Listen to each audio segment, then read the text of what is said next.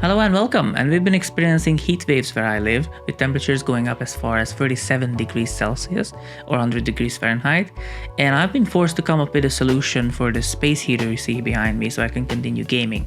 And in this video I want to share some of these tips with you. Worth considering is playing lighter games like Hades or Bolt Gun, or even playing retro games, because even if you were intimidated by setting up emulators, now EmuDeck is on Windows, so there is almost no barrier to entry when it comes to emulation. Now another very cool thing I was experimenting with recently, specifically due to the heat, is cloud gaming, which has gotten pretty damn good recently.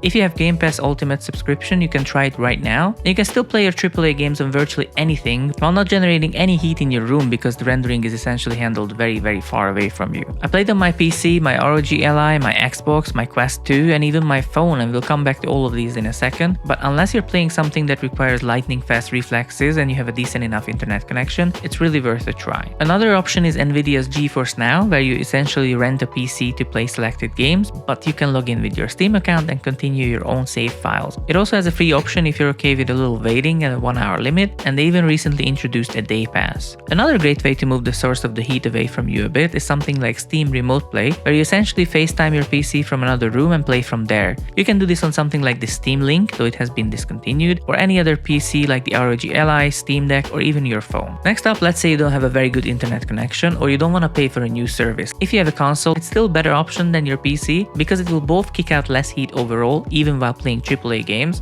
due to its lower TDP, but also generally speaking it will be further away from you when you play. If you have a Switch, you can play handheld, and since it's essentially a glorified tablet, it will generate very little heat compared to the big boy consoles. Also, there are a ton of AAA ports on there right now, and they regularly go on sale too.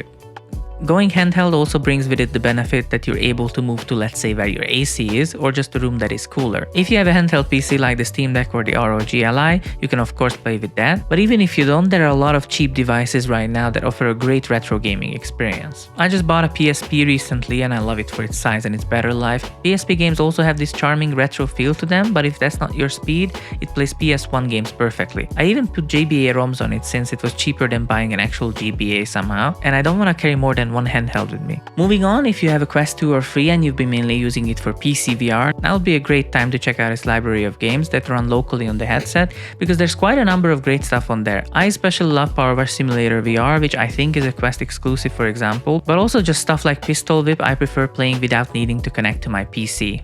Like I said earlier, you can even play Game Pass cloud games on it, which I think is just amazing as an option. Now if you don't have any of these and you can't or don't want to spend money on either, I have good news.